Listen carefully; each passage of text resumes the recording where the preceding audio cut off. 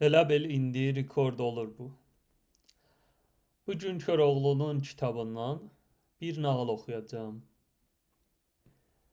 Mənim qədim kitabları oxumaqdan xoşum gəldiyi üçün bir qədimi çapını seçdim.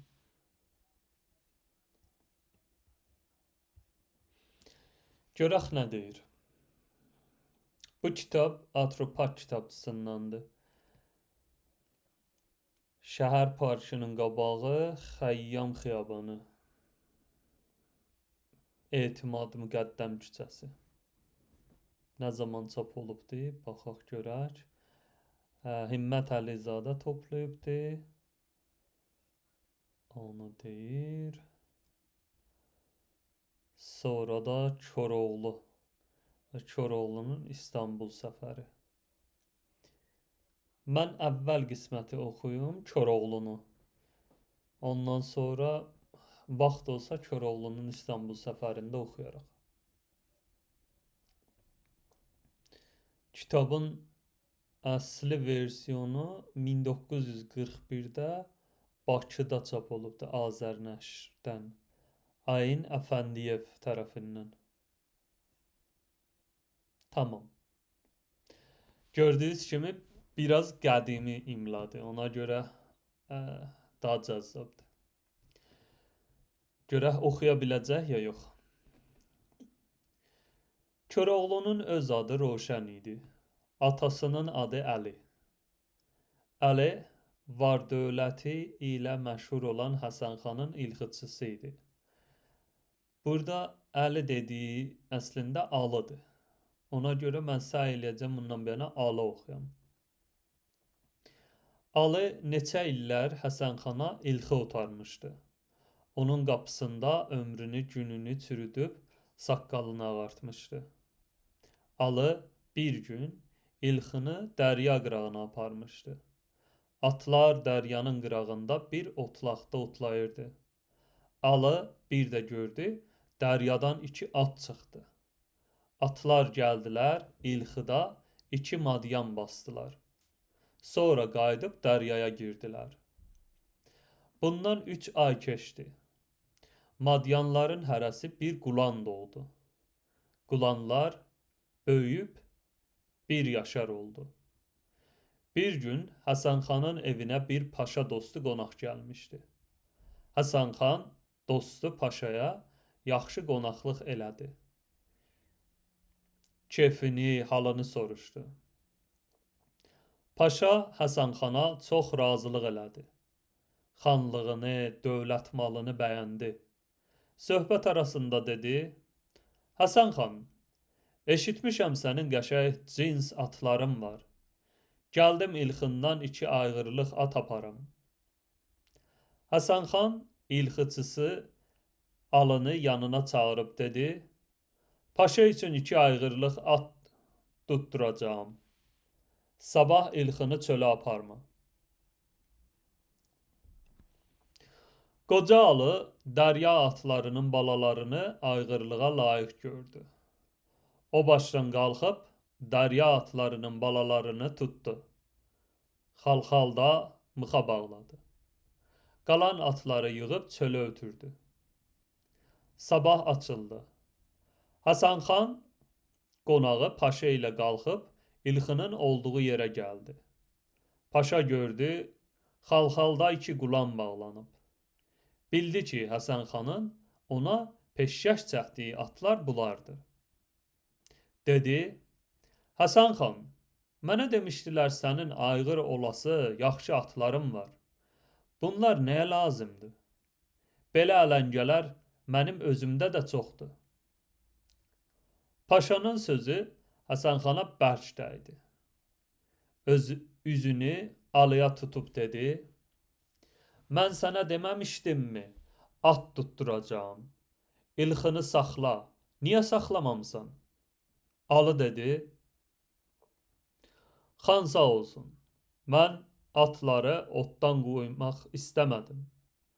Paşaya layiq ayğırlıq atlar tutdum. Mən qoca ilxıçıyam. Yaxşı at tanıdığımı bilirsən. Paşaya peşkeş çəkilməyə layiq ancaq bunlardır. Alının yekə-yekə danışmağından Həsən xan bərk qızışdı. Hökm elədi onun gözlərini çıxartdırdı.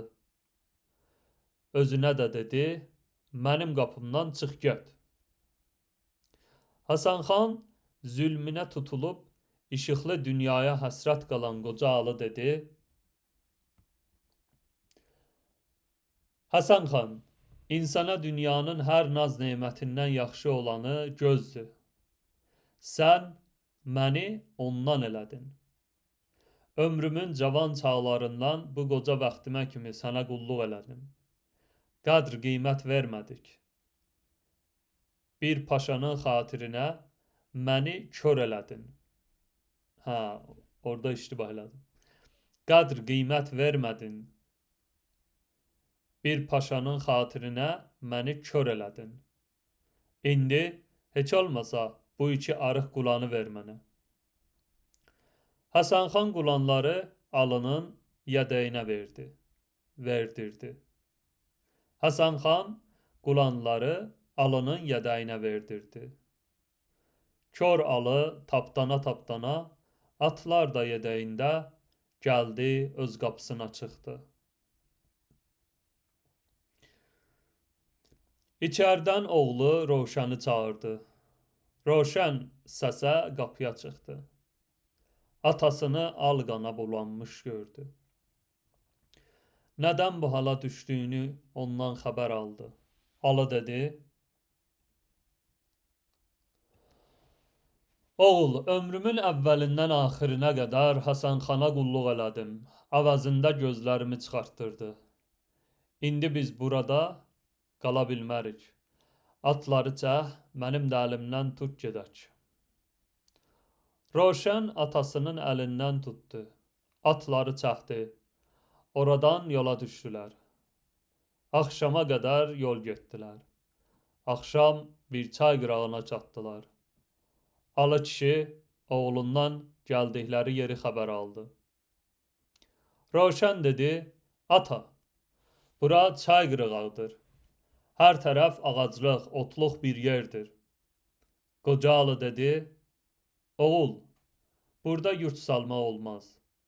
İlxının, malqaranın əlindən dincələ bilmərik. Həsən xan xəbər tutar. Bizə namərdlik elər. Ata, oğul o gecə çay qırağında qaldılar.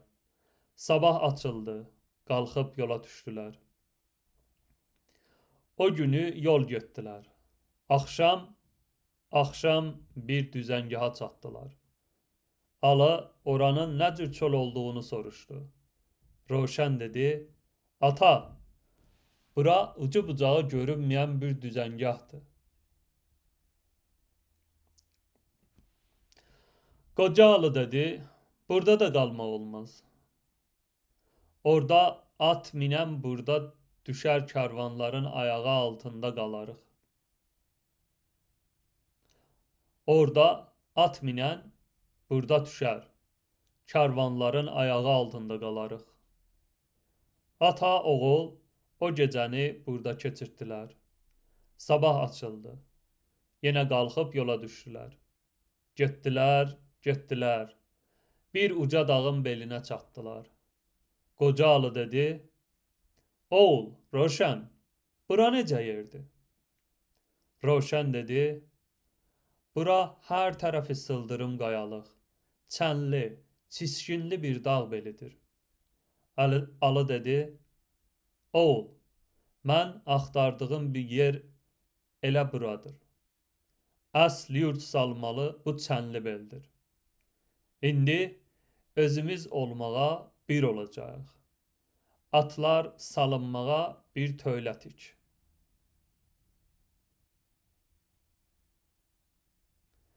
İndi özümüz olmağa bir olacaq. Atlar salınmağa bir töylətik. Roşan özləri üçün bir olacaq. Atları üçün bir töylətikdir. Damlar başa gələndən sonra alı dedi, oğul, atları töyləyə çək bağla, qapbacanı bastır, yaxşı müğayət ol.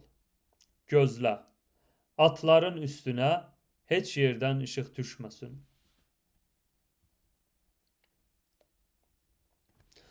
Rövşən atları dama çəkdi.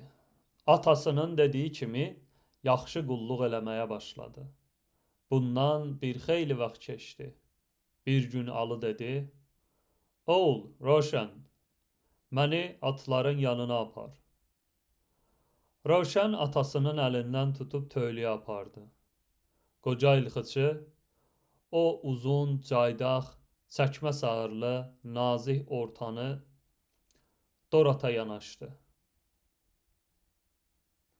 Əli ilə üzünü, gözünü, yalını, sağrısını tumarladı. Doratda bir nüqsan tapmadı. Sonra iri başlı, dolu gözlü, qara birçəkli, uzun boylu, töhmə döşlü, yoğun enli, sağrılı Qırata yanaşdı. Qırat fınxırıb ayağını yerə döydü. Ağzını açıb Alıya yönəlmək istədi. Qoca Alı həməşəki səsi ilə dedi: "Ay at, nə eləyirsən? Məni tanımırsanmı?" Qırat Alını səsindən tanıdı. Sakit oldu. Alı əli ilə Qıratın başını, üzünü, yalını, belini, sağrısını tumarladı. Qıratın sağrısında fındıq gizlənə biləcək boyda bir batıq əllədi. Dedi: "Oğul Rövşən, bax gör Qıratın üstünə işıq düşən bir yer yoxdur ki." Rövşən baxıb gördü ki, pərdənin arasında iynə boyda bir deşik var. Dedi: "Ata, Qıratın üstündə iynə boyda bir deşik var." İlxıçı dedi: "Oğul, iynə boyda bir deşikdən kərəm boyda bir soyuq gələr. Çıx oranı ört." Rövşən çıxdı, oranı örtdü. Rövşən atlara daha yaxşı müğayət olmağa başladı. Bir gün yenə atası ona dedi: "Oğul, atlar necədir? Necə yerlər?" "Oğul, atlar necədir? Necə yeyirlər?" Rövşən dedi: "Qırat dəyirman kimi olub. Arpa, saman yetirmək olmur. Dorat da yaxşıdır. Ancaq Qıratdan az yeyir. Özü də dincdir. Amma Qırat durub dincəlmir. Qızmış nər kimi oyur oynayır." Qoca ilxıçı oğlu ilə yenə tövləyə getdi. Atları yoxladı. Dedi: "Rövşən, oğul, atlar böyüyüb, minilmək həddinə gəlib. İndi onları bir-bir bərkə, boşa salmaq, sınaqdan çıxartmaq lazımdır. Əvvəl Qıratı, ondan sonra Doratı min. Tezcə sulanmış şumda səyirt. Sonra qara tikanlığa sür. Ondan sonra da sıldırım daşlı dağda çap." Rövşən atasının öyrətdiyi kimi əvvəl Qıratı mindi. Tezcə sulanmış şumda səyirtdi. Sonra qoca ilxıçının yanına qaytardı.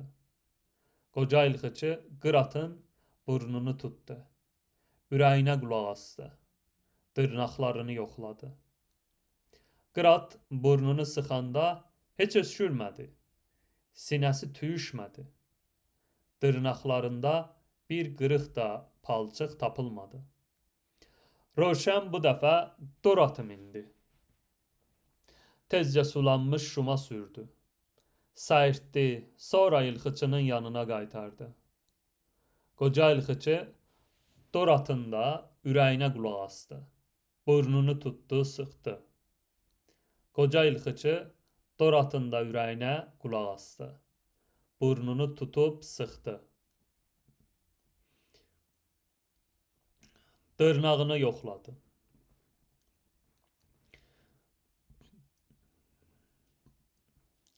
Dorad öskürmədi, ürəyi tüyüşmədi.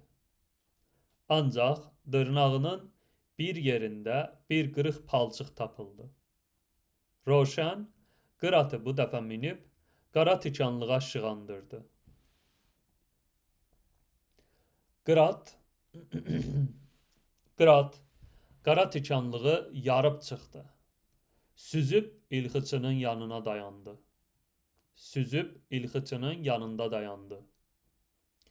Qoca ilxıçı qıratın baldırlarını, çəçiklərini yoxladı. Bir yerində bir tikan izi, bir yara görmədi. Roşan Doratı minib qara tikanlığa sarı sürdü. Dorat da qara tikanları ayaqlayıb ilxıçının yanına döndü. İlxıçı alı Doratın dal baldırlarını, çəçiklərini yoxladı. Heç bir yerində yara tapmadı. Ancaq dal ayağının bircəciyini tikan cızdığını bildi. Roşan qıratın belinə sıçradı. Axırıncı sınaq üçün çənli belin sıldırım daşlığına saldı. Qırat ildırım kimi sıldırım daşlığa əndi.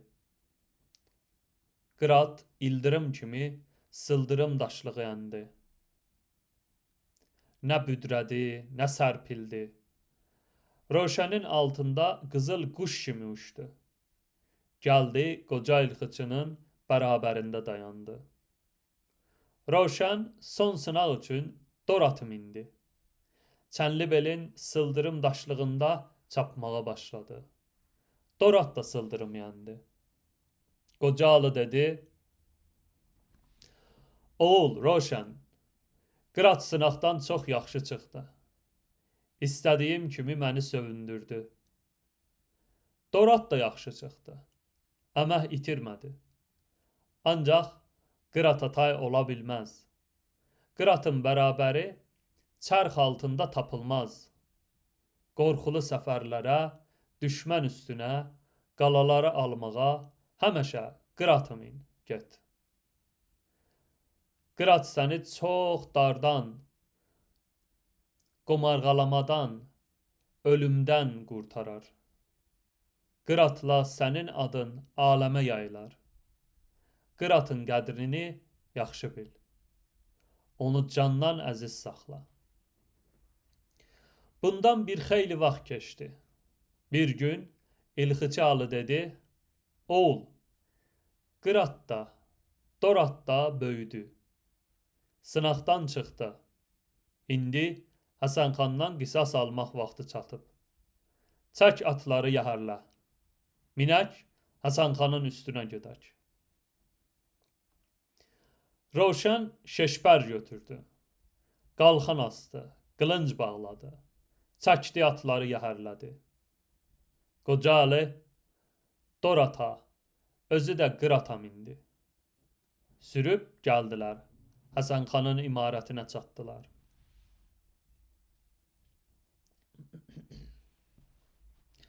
Roşan bir tərəfdə dayandı.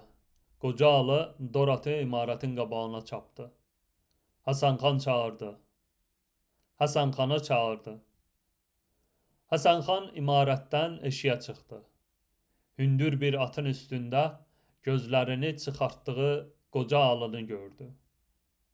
Ondan bir az aralıda Roşanı gördü. Ənli döşlü, geniş sağrılı, dolu ortalı, nər biçimli bir atın belində. "Həsənxan, bu atlar sənin bəyənmədiyin, üstündə mənim gözlərimi çıxartdığın o arıq qulanlardır. İndi belə at olublar. Səndən qisasımı almağa gəlmişəm. Əlindən gələni əsirgəsən, səndən pis adam yoxdur." Həsənxan alının bu sözündən acıqlandı. Ona qılınc çəkib hücum etmək istədi. Roşan bunu görüb aman vermədi. Qıratı Həsənxanın düz üstünə sürdü. Misri qılıncı çəkdi. Boynuna bir qılınc vurdu. Başı yerə dığırlandı. Səs-küy qopdu. Roşanın Həsənxanı öldürdüyünü hamı bildi. Qoşun yeridi. Roşan qorxmadı. Qoşunun qabağında mərd-mərdanə durdu. Vuruşmağa başladı. Bir yandan Qırat, bir yandan Dorat. Bir yandan Roşan özü şeşpərlə, misri qılıncla qoşun dəstəsini əldən ayaqdan saldı. Qırdı, dağıtdı. Bu zaman ikinci dəstə gəldi. Biraz keçdi, Biraz keçdi, üçüncü, dördüncü, beşinci dəstələr yetişdi. Bütün dəstələr Roşana hücum elədi. Qocalı bunu bilib dedi: Oğul, bu qədər qoşuna sən tək cavab verə bilməzsən.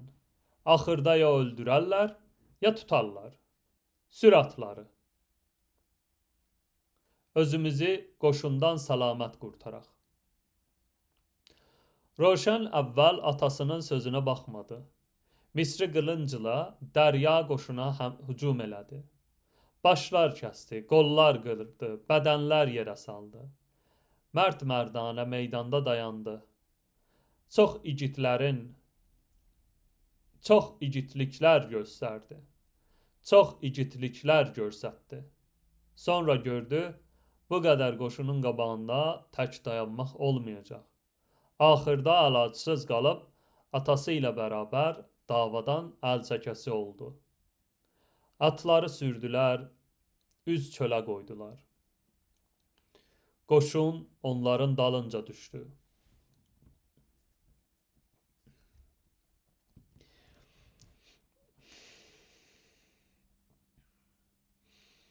Bir xeyli getmişdilər ki,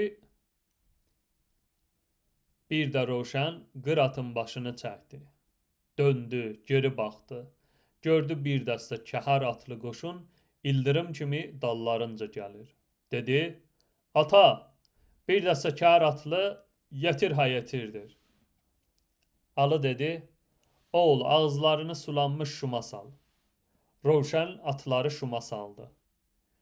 Dəstə kəhər atlılar da atlarını onların dalınca şuma saldı. Kəhər atlılar şumda batıb qaldı.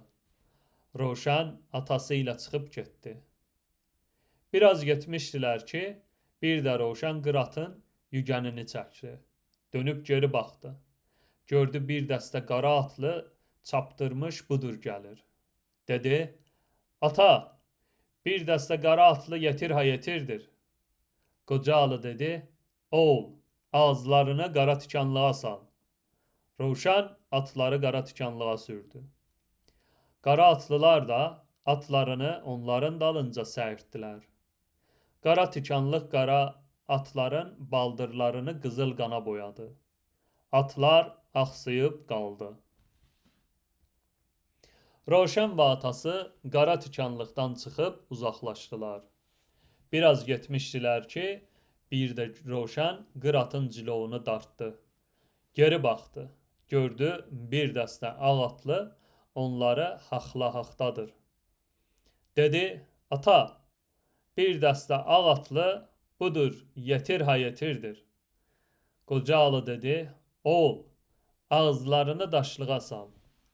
Roşan atları daşlığa dırmaşdırdı.